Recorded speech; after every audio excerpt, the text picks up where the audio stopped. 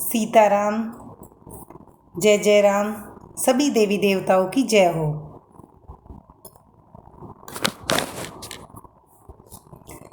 अब मैं आगे का अध्ययन करती हूँ। लाइक करें, सब्सक्राइब करें।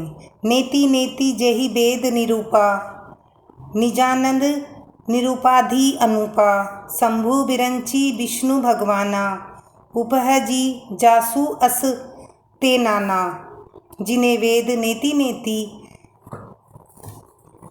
यह भी नहीं कहकर निरूपण करते हैं, जो आनंद स्वरूप उपाधि रहित और अनुपम हैं, और जिनके अंश से अनेकों शिव, ब्रह्मा और विष्णु भगवान प्रकट होते हैं। ऐसी प्रभु सेवक बस आही, भक्त हेतु लीला तनु गही। जो यह बचन सत्य श्रुति भाषा, तो हमार पूज ही अभिलाषा। ऐसे महान प्रभु भी सेवक के वश में हैं और भक्तों के लिए दिव्य लीला विग्रह धारण करते हैं। यदि वेदों में यह वचन सत्य कहा गया है कि हमारी अभिलाषा भी अवश्य पूरी होगी। एहि विधि बीते बरस, सठ सहस बारी आहार, संबत सप्त सहस्र पुनि रहे समीर आधार। इस प्रकार जल का आहार करके तप करते 6000 वर्ष बीत गए। फिर 7000 वर्ष वे वायु के आधार पर रहे। बरस सहस 10 त्यागे सोई, ढाढ़े रहे एक पद दोहु। विधि हरि हर तप देखी अपारा, मनु समीप आए बहुबारा। 10,000 वर्ष तक उन्होंने वायु का आधार भी छोड़ दिया। दोनों एक पैर से खड़े रहे। उनका अपार तप देखकर ब्रह्मा, विष्णु और शिव जी कई बार मनु जी के पास आए। मांगू बार बहु भांति लोभाए, परम धीर नहीं चली चलाए। अस्थि मांत्र होए रहे शरीरा, तदपि मनाग मन ही नहीं पीरा। उन्होंने इन्हें अनेक प्रकार से लज्जाया और कहा, कुछ वर मांगो। पर ये परम धैर्यवान राजा रानी अपने तप से किसी के डिगाए नहीं डिगे। यद्यपि उनका शरीर हड्डियों का ढांचा मात्र रह गया था, फिर भी उनके मन में जरा भी पीड़ा नहीं थी। प्रभु सबर्ग्य दास निज जानी, गति अनन्य तापस निरप्रानी। मागू मागू बरु भय नभबानी, परम गंभीर कृपामृत सानी। सर्वज्ञ प्रभु ने अनन्य गति आश्रय वाले तपस्वी राजा रानी को निज दास जाना। तब परम गंभीर और कृपा रूपी अमृत से सनी हुई आकाशवाणी हुई कि वर मांगो। मृतक जीवावनी गिरा सुहाई, शर्वर रंध्र होई उर जब आई। हृदय पुष्ट तन बहे सुआए, मानु अब ही भवन ते आए। मुर्दे को जिला देने वाले सुंदरवानी कानों के छेदों से होकर जब हृदय में आई, तब राजा रानी के शरीर से ऐसे सुंदर हष्ट पुष्ट हो गए जैसे मानो अभी घर से आए हैं। श्रवण सुधा सम बचन सुनी, पुलक प्रफुल्लित गात।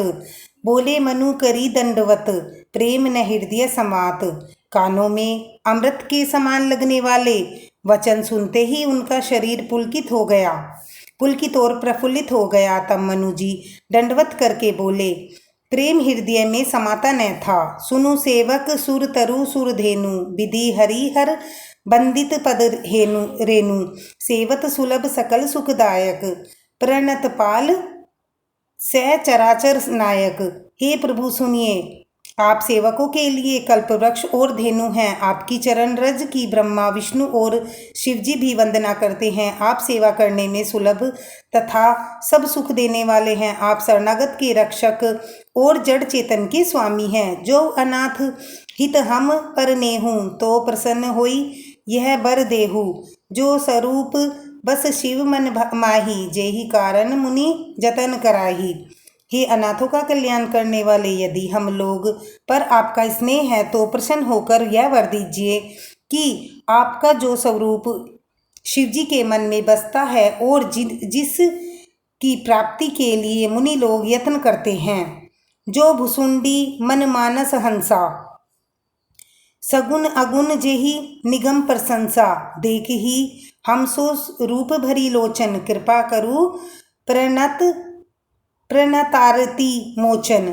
जो कासभुसुंडी के मन रूपी मानसरोवर में विहार करने वाला हंस है, सगुन और निर्गुण कहकर वेद की जिसकी प्रशंसा करते हैं, हे शरणागत के दुख मिटाने वाले प्रभु, ऐसी कृपा कीजिए कि हम उसी रूप को नेत्र भरकर देखें। दंपत्ति बचन परम प्रिय लागे, मृदुल विनित प्रेम रस पागे। भगत बछल प्रभु कृपा निधाना, विश्वास प्रगट भगवाना।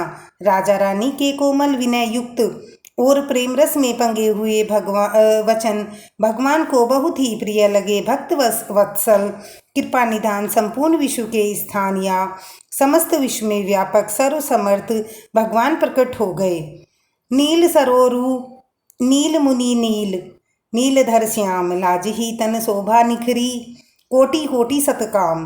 भगवान के नीले कमल, नील मणि और नीले जल युक्त मेघ के समान कोमल प्रकाशमय और सरस श्याम वर्ण चिन्मय शरीर की शोभा देखकर कामदेव भी लजा जाते हैं। शरद मयंक बदन छवि सीवा, चारु कपोल चिबुक दर ग्रीवा, अधर अरुण रद सुंदर नासा, विधु कर निकर बिंदिक हासा। उनका मुख शरद पूर्णिमा के चंद्रमा के समान छवि की सीमा स्वरूप था। गाल और ठोड़ी बहुत सुंदर थे। गला शंख के समान त्रिरेखा युक्त चढ़ाव उतार वाला था। लाल होठ, दांत और नाक अति सुंदर थे। हंसी चंद्रमा की किरण वाली को नीचा दिखाने वाली थी। नव अंबुज अम्बक छवि की, चितवनी ही ललित भावती जी की। भ्रकुटी मनोज चाप छवि हारी, तिलक ललाट पटल दुतिहारी। नेत्रों की छवि नए खिले हुए कमल के समान बड़ी सुंदर थी। मनोहर चितवन जी को बहुत ही प्यारी लगती थी। टेढ़ी बोहे कामदेव के धनुष की शोभा को हरने वाली थी। ललाट पटल पर प्रकाशमय तिलक था। कुंडल मकर मुटुर सिर भ्राजा, कुटिल केस जनु मधुप समाजा। उर श्रीवत्स रुधिर बन माला, पदिक हार भूषण मणिजाला। कानों में काकरत मछली के आकार कुंडल के सिर पर मुकुट सुशोभित था। टेढ़े घुंघराले काले बाल ऐसे सघन थे मानो भोरों के झुंड हो। हृदय में श्रीवत्स सुंदर वनमाला, रतन जड़ित हार, मणियों के आभूषण सुशोभित थे। के हरि कंधर चारु जनेऊ, बाहु विभूषण सुंदर तेहु। करी कर सरिस सुभंग भुंदंडा, कटी निशंग कर सर को दंडा। सिंह की गर्दन थी, सुंदर जनेऊ था। भुजाओं में गहने थे, वे भी सुंदर थे। हाथी की सूंड के समान उतार चढ़ाव वाले सुंदर भुजदंड थे। कमर में तरकस और हाथ में बाण और धनुष शोभा पा रहे थे। तड़ित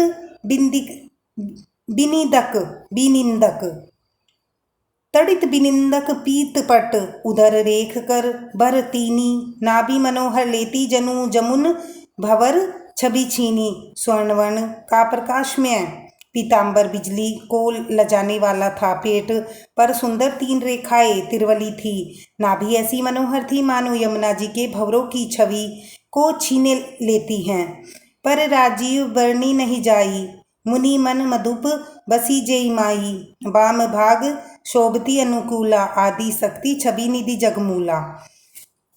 जिनमें मुनियों के मन रूपी भोरे बसते हैं भगवान के उन चरण कमलों का तो वर्णन नहीं किया जा सकता। भगवान के बाएं भाग में सदा अनुकूल रहने वाली शोभा की राशि जगत का मूल कारणरूप आदि शक्ति श्री जानकी जी सुशोभित हैं। जासु अस उपजहि गुण खानी, अनगिनत लच्छी उमा ब्रह्माणी। भ्रकुटी बिलास जासु जग होई, राम बान दिसि सीता सोई। जिनके अंश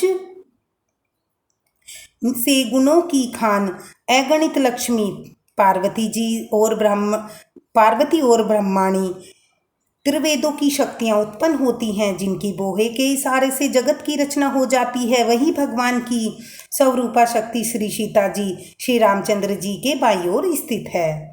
धन्यवाद। लाइक करें, सब्सक्राइब करें।